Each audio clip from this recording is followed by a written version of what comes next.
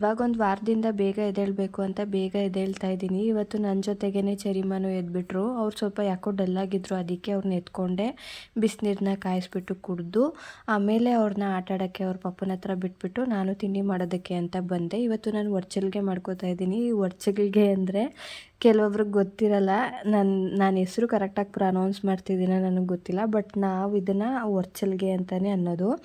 Night ಅಥವಾ ಬೆಳಗ್ಗೆ ಅಕ್ಕಿನ ನೆನೆಸ್ಬಿಟ್ಟು ಒಂದು ಸ್ವಲ್ಪ ಹೊತ್ತು ಬಿಟ್ಟು ಅಲ್ಲೇ ರುಬ್ಬಿ ಅಲ್ಲೇ ಮಾಡೋದಕ್ಕೆ ಒರ್ಚಲ್ಗೆ ಅಂತ ಅಂತಾರೆ. ಇದು ದೋಸೆ ಥರನೂ ಇಲ್ಲ ಈ ಕಡೆ ರೊಟ್ಟಿ ಥರನೂ ಇಲ್ಲ, ಎರಡು ಮಿಕ್ಸ್ ಥರ ಇರುತ್ತೆ, ಒಂಥರ ಚೆನ್ನಾಗಿರುತ್ತೆ. ಇನ್ನು ಇದಕ್ಕೆ ಕಾಂಬಿನೇಷನ್ ಆಗಿ ಸ್ವಲ್ಪ ಬದನೆಕಾಯಿ ಪಲ್ಯ ಮಾಡ್ಕೊತಾ ಇದ್ದೀನಿ. ಏನಿಲ್ಲ, ಸಿಂಪಲ್ಲಾಗಿ ಒಂದು ಪ್ಯಾನ್ಗೆ ಸಾಸಿವೆ ಜೀರಿಗೆ ಎಲ್ಲ ಹಾಕಿ ಒಂದು ಸ್ವಲ್ಪ ಕಡಲೆಬೇಳೆ ಹಾಗೆ ಈರುಳ್ಳಿ ಟೊಮೆಟೊ ಹಾಕ್ಕೊಂಡು ಒಂದು ಸ್ವಲ್ಪ ಮೊಳಕೆ ಕಟ್ಟಿರೋ ಕಾಳಿತ್ತು ಅದನ್ನು ಹಾಕ್ಕೊಂಡಿದ್ದೀನಿ. ನೀವು ಅದ್ರ ಬದಲಾಗಿ ಕಡಲೆಕಾಳು ಬಟಾಣಿ ಕಾಳು ಈ ಥರ ಕಾಳುಗಳನ್ನೂ ಬೇಕಾದರೂ ಯೂಸ್ ಮಾಡ್ಕೊಬೋದು.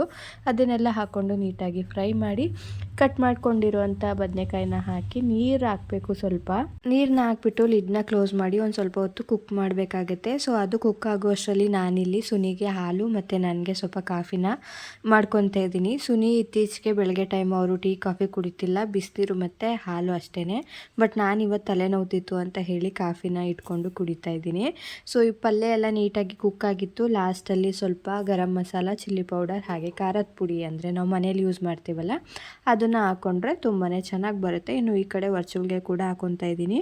ತುಂಬಾ ಚೆನ್ನಾಗಿರುತ್ತೆ. ಇದು ಒಂಥರ ನನಗಿದು ಚೈಲ್ಡ್ಹುಡ್ ಮೆಮೊರೀಸ್ ಅಂತ ಹೇಳ್ಬೋದು ಇದ್ರ ಜೊತೆಗೆ. ಸೊ ನೀವು ಯಾರಾದರೂ ಟ್ರೈ ಮಾಡಿದ್ದೀರಾ? ಮಾಡಿಲ್ಲ ಅಂದರೆ ಒಂದ್ಸಲ ಟ್ರೈ ಮಾಡಿ ನೋಡಿ. Thank you for watching.